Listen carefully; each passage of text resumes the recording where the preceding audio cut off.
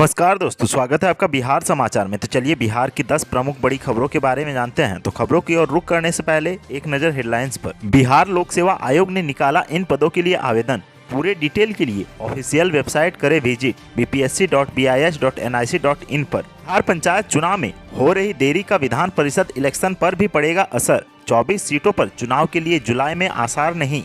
बिहार में प्रवासियों के लिए होगा रोजगार का इंतजाम, सरकार कर रही है ये व्यवस्था। बिहार में मुखिया चुनाव को लेकर बड़ी खबर, इस दिन हो सकता है तारीखों का ऐलान। अशोक राजपथ को जाम से मिलेगी छुट्टी। पटना में जल्द शुरू होगा डबल डेकर एलिवेटेड रोड का निर्माण। बड़ी खबर, बिहार में कोरोना को लेकर 17 अप्रैल को होगी सर्वदलीय बैठक। बड़ा फैसला लेने की तैयारी में सरकार। पटना में आज से नियम तोड़ा तो होगा एक्शन, दुकानें सील और गाड़ी होंगी जब्त। पीएमसीएच का नया कारनामा, जिंदा मरीज को घोषित कर दिया मुर्दा। लाश जलाने के समय परिजनों के उड़े होश। करनी सेना को पप्पू यादव ने बताया उपद्रवी संगठन। बोले बिहार को नरसंहार की आग में झोंकना चाहते हैं पक्ष और विपक्ष। आरजेडी ने नई कमेटी का किया ऐलान। आपदा प्रबंधन प्रकोष्ठ में कई नए चेहरे शामिल। अब खबरें विस्तार से।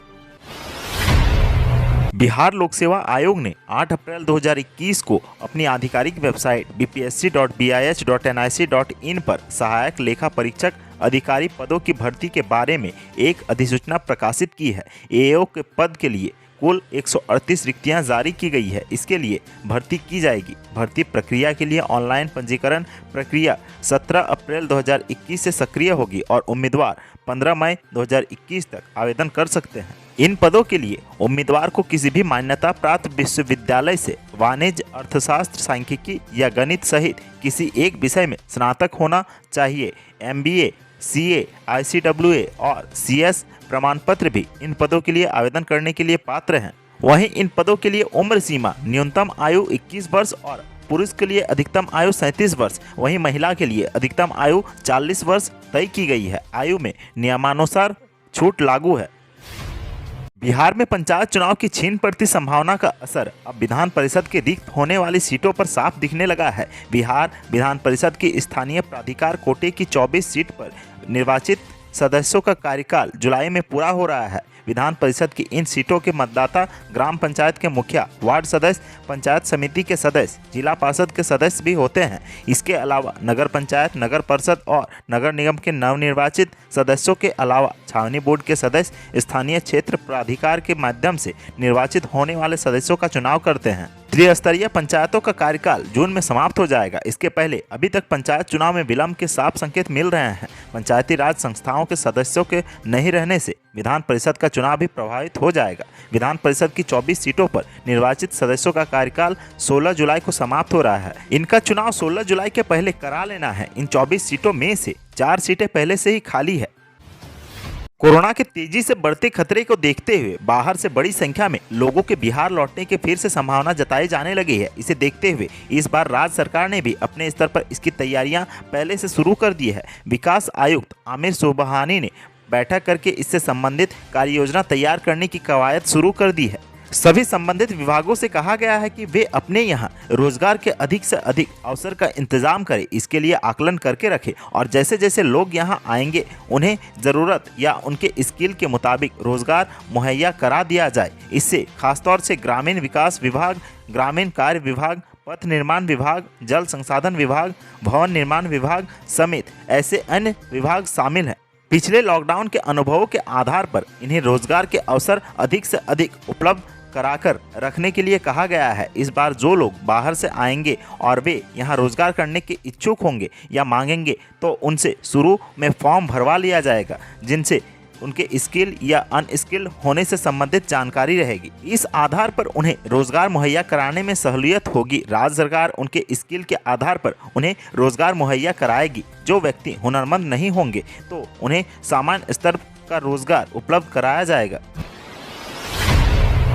बिहार में पंचायत चुनाव को लेकर तैयारियां जोरों पर है। मुखिया, सरपंच, जिला परिषद और पंचायत समिति सदस्य समेत 6 पदों के लिए एक साथ चुनाव होने वाला है, लेकिन अब तक चुनाव की तारीखों का ऐलान नहीं हो पाया है। हालांकि सभी उम्मीदवार जोर शोर से तैयारियों में जुटे हुए हैं। पंचायत चुनाव की तारीखों के ऐलान को लेकर एक बड़ी खबर सामने आई है। बिहार में पंचायत चुनाव इस बार बैलेट पेपर से नहीं बल्कि ईवीएम से होने वाला है, लेकिन ये मसला अब तक फंसा हुआ है, जिसके कारण चुनाव की तारीखों का ऐलान में देरी हो रही है। देरी ही नहीं, काफ़ी देरी हो रही है, क्योंकि 2016 में 24 अप्रैल को पहले चरण का चुनाव हो गया था, लेकिन इस बार तो शेड्यूल भी जारी नहीं किया गया है, जबकि 2016 में 25 फरवरी को ही पंचायत चुनाव की अधिसूचना जारी की गई थी। गौरतलब हो कि पटना हाईकोर्ट में बिहार और केंद्रीय निर्वाचन आयोग के बीच ईवीएम और बैलेट पेपर को लेकर याचिका दाखिल की गई है। इस पर फिलहाल कोई फैसला नहीं आया है। आपको बता दें कि अब तक 7 बार फैसला टाला जा चुका है। पहले माना जा रहा था कि 19 फरवरी को पटना हाईकोर्ट मामले पर सुनवाई कर देगा, लेकिन ऐसा नहीं हुआ। अब 21 अप्रैल को इस बार फैसला आने की उम्मीद है।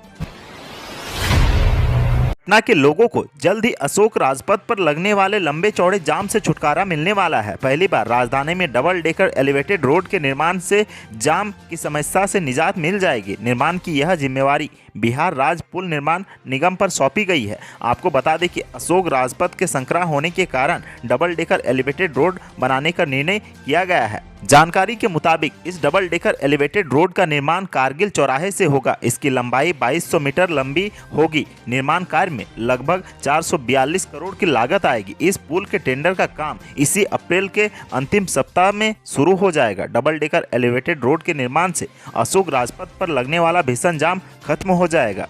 तैयार होने वाले डबल डेकर रोड में कारगिल चौराहे से पीएमसीएच, पटना कॉलेज, एनआईटी की तरफ जाने वाले लोग दूसरे तल से जा सकेंगे, जबकि एनआईटी से गांधी मैदान की तरफ लोग पहले तल से आएंगे। गांधी मैदान की तरफ से आने वाले एलिवेटेड सड़क बीएन कॉलेज के पास नीचे गिरेगी। वहीं पटना में बनने वाले डबल डेकर एलिवेटेड रोड की कनेक्टिविटी पीएमसीएच के पास दी जाएगी। देश विदेश में नए कोरोना के मामले बड़ी तेजी से फैल रहे हैं। बिहार में कोरोना वायरस के संक्रमण की रफ्तार काफी तेज हो गई है। प्रतिदिन हजारों नए केस सामने आ रहे हैं। राज्य में कोरोना से बिगड़ते हालात को देखते हुए 17 अप्रैल को सर्वदलीय बैठक बुलाई गई है। बिहार के राज्यपाल फागू चौहान की अध्यक्षता में वर्चुअल मीटिंग की जाएगी।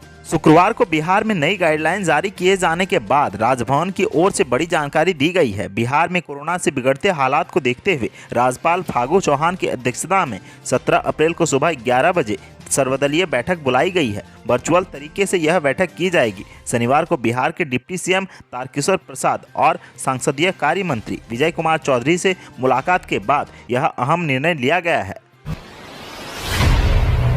बिहार में आज से कोरोना की नई गाइडलाइन लागू हो गई है। राजधानी पटना में आज से कोविड से बचाव के मानकों का उल्लंघन होने पर आपके खिलाफ कड़ा एक्शन होगा। दुकानों को सील किया जाएगा और गाड़ियों को जब्त किया जाएगा। डीएम डॉक्टर चंद्रशेखर सिंह ने कहा कि सभी एसडीओ और एसडीएम को सरकार द्वारा जारी आदेश का पालन कराने का निर्देश दिया गया है। शाम 7 बजे के बाद दुकानों को बंद किया जाएगा। इसका अनुपालन एसडीओ द्वारा गठित टीम और थानाध्यक्ष कराएंगे। मास्क जांच करने के लिए गठित 18 टीमें दुकानों को बंद कराने में सहयोग देंगी। आदेश का अनुपालन नहीं करने वाले के खिलाफ महामारी एक्ट के तहत कार्रवाई की जाएगी। डीएम ने कहा है कि पूजा समितियों के साथ बैठक कर रामनवमी जुलूस निकालने पर रोक, नदी तालाबों में चैती छठ महापर्व नहीं करने के लिए प्रशासन के आदेश से अवगत कराया जाएगा। शुक्रवार से ही इसका असर भी दिखने लगा है।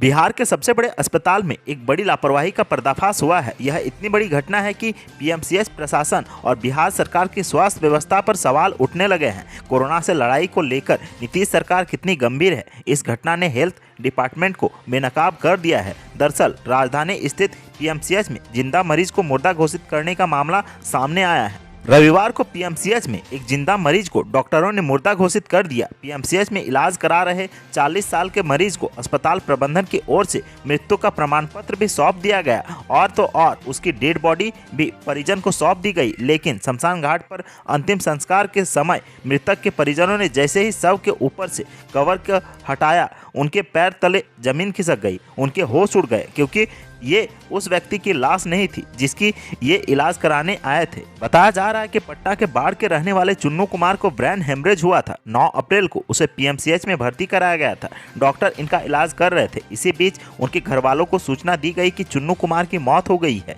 जिंदा चुन्नू कुमार की मौत की खबर मिलते ही परिजन आनन फानन में बाढ़ से पटना आए। परिजनों के पीएमसीएच पहुंचते ही अस्पताल प्रबंधन की ओर से उन्हें जिंदा चुन्नू का डेथ सर्टिफिकेट सौंप दिया गया। हद तो तब हो गई जब पीएमसीएच ने उन्हें एक लाश भी दे दी।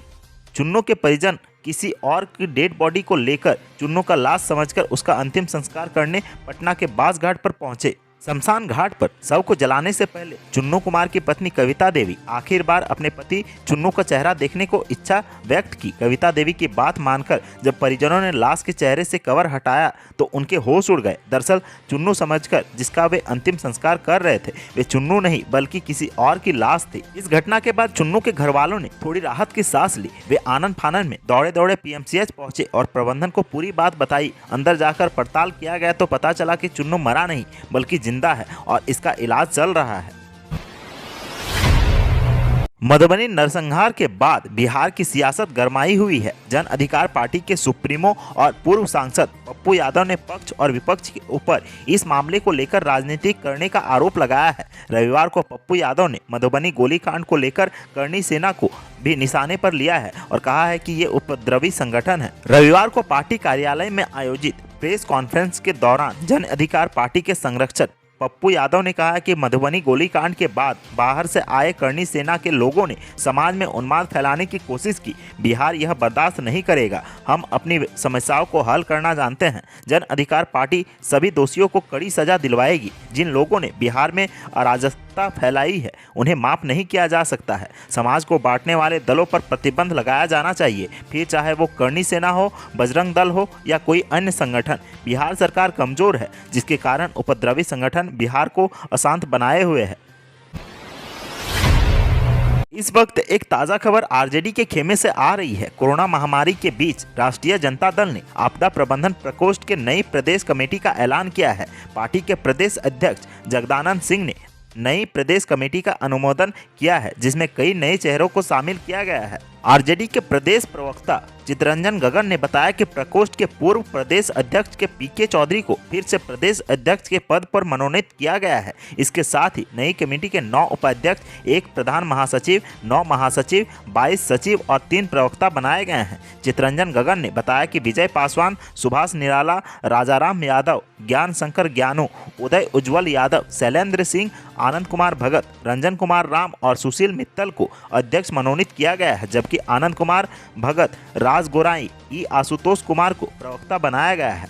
तो आज के खबरों में इतना ही। बिहार से जुड़ी खबरों के लिए सब्सक्राइब करें हमारे चैनल को और साथ ही साथ अपने दोस्तों और रिश्तेदारों में शेयर जरूर करें। धन्यवाद।